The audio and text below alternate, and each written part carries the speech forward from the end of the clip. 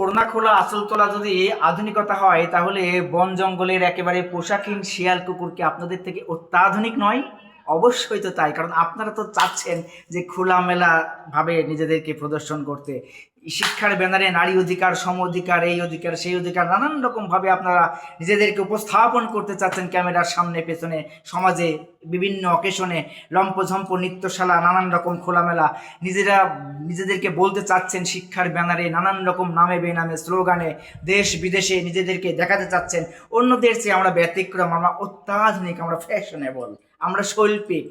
আপনাদের কিসের শিল্প, আপনাদের কিসের ফ্যাশন, আপনাদের কিসের জ্ঞান, আপনাদের কিসের শিক্ষা, যা আপনাদেরকে উলঙ্গপনার দিকে ধাবিত করে, যা আপনাদেরকে খোলামেলা নৃত্যশালা করতে উৎসাহিত করে, যা আপনাদের ছেলেমেয়েরা অবাধে মেলামেশা করতে উৎসাহিত করে, অনুমোদন দেয়। বিএফজিএফ এটাকে স্বাভাবিকভাবে দেখা হয়, তাদের সাথে ইন্টিমেসিতে জড়ানোকেও খুব বড় অন্যায়ভাবে দেখা হয় না। এটাকে দেখা হয় অনেকের কাছে এটা শারীরিক বা মানসিক সাপোর্ট। আমার এখন মন ভালো নেই, সে আমাকে সাপোর্ট দিল আর কি। আমার একটু আসলে মনটা খারাপ ছিল, তো একটু মাথাটা গরম হয়ে গেছিল, তাই সে আমাকে একটু সাপোর্ট দিল আর কি। এরকমভাবে তারা মনে করে অনেকেই, তাদের দর্শন থেকে অনেকে বলে আমার দেহ আমার সিদ্ধান্ত। এটার এমন কি, এটা মানে মেন্টালি ফিজিক্যালি সাপোর্ট আর কি, মানে ফ্রেন্ডশিপ, মানে নানান রকমভাবে অনেক অভিভাবকগুলোও এগুলোকে সহজভাবেই দেখে যে ঠিক আছে, বিয়ের শাদী পরে করো, এখন একটু পড়াশোনা শেষ করো, নিজেকে একটা জায়গায় দাঁড় করাও, প্রতিষ্ঠিত হও, তারপরে এটা দেখা যাবে। নিজের আসলে হাজবেন্ড তো এটা একটা বড় দায়িত্ব, যাকে তাকে তো আসলে হাজবেন্ড বানানো যায় না।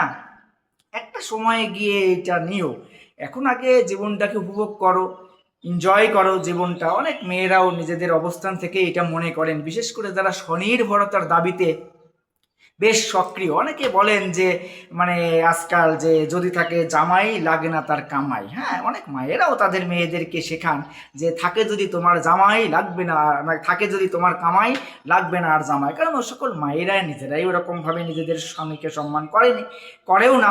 আর ওই মেয়েরা তো মানে ছোট থেকে তার মাকে দেখেনি তার স্বামীকে, তার বাবাকে সম্মান করতে।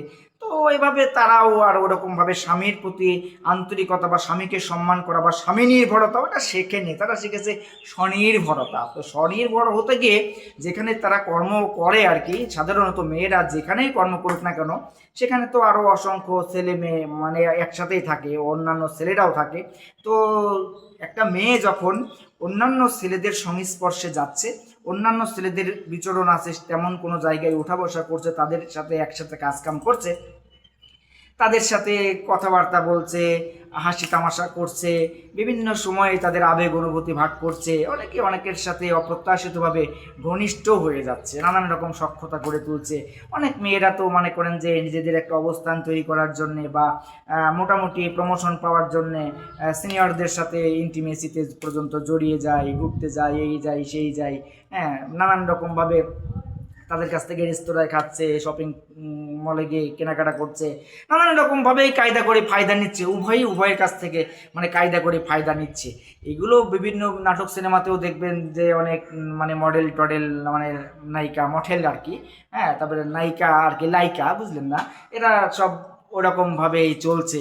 নিজেদের একটা পর্যায়ে গিয়ে তারপরে বলছে যে বিয়ে শাদী করবো পরে, এখন একটু জীবনটাকে উপভোগ করি। ওরা আসলে জাহান্নামের জীবনী চর্চা করছে। আর যে সকল মেয়েরা এই যে মানে স্বনির্ভরতার নেশায় ছুটে যায়, বিয়ের পরেও যদি কোনো নারী কর্ম বেছে নেয়, তাহলে দেখবেন যে ওই সংসারগুলোতে আর শান্তি থাকে না। যেই সকল পরিবারে স্বামী স্ত্রী উভয়েই চাকরি করে বা ব্যস্ত থাকে, দেখবেন যে ওই পরিবারে তো উভয়ের মধ্যে উভয়ের শান্তি জিনিসটা নষ্ট হয়ে যায়, এবং ছেলে মেয়েও কিন্তু মোটামুটি বেশ পথভ্রষ্ট হয়ে যায়। কারণ সারাদিন তো বাবা মাকে কাছে পায় না, তারা মানসিক শূন্যতায় ভুগতে থাকে। অনেকে বাবা মায়ের এই মানসিক শূন্যতাকে করতে গিয়ে মানে বাবা মায়ের অনুপস্থিতিতে নিজেরা যেভাবে বড় হয়, তাদের মধ্যে একটা মানসিক শূন্যতা তৈরি হয় এবং রীতিমতো তারা মানসিক রোগী পর্যন্ত হয়ে যায়। এরকম মানুষ আছে, এরকম বহু মানুষ আছে। তো আমাদের এই সমাজে আমরা যেখানে যেভাবে যা কিছু করছে না কেন, আমি যদি মানুষের মতো মানুষ হতে না পারি, স্কুলে কলেজে ইউনিভার্সিটিতে মাদ্রাসায় বলেন না কেন, দেশে বিদেশে নামি দামি প্রতিষ্ঠান থেকে আমরা যত ডিগ্রি অর্জন করি না কেন, যত প্রাতিষ্ঠানিক জ্ঞান আমরা মানে ধারণ করি না কেন, যত বইয়ের ঘাটতি আমরা পড়ি না কেন, আমার আচরণ বিচরণ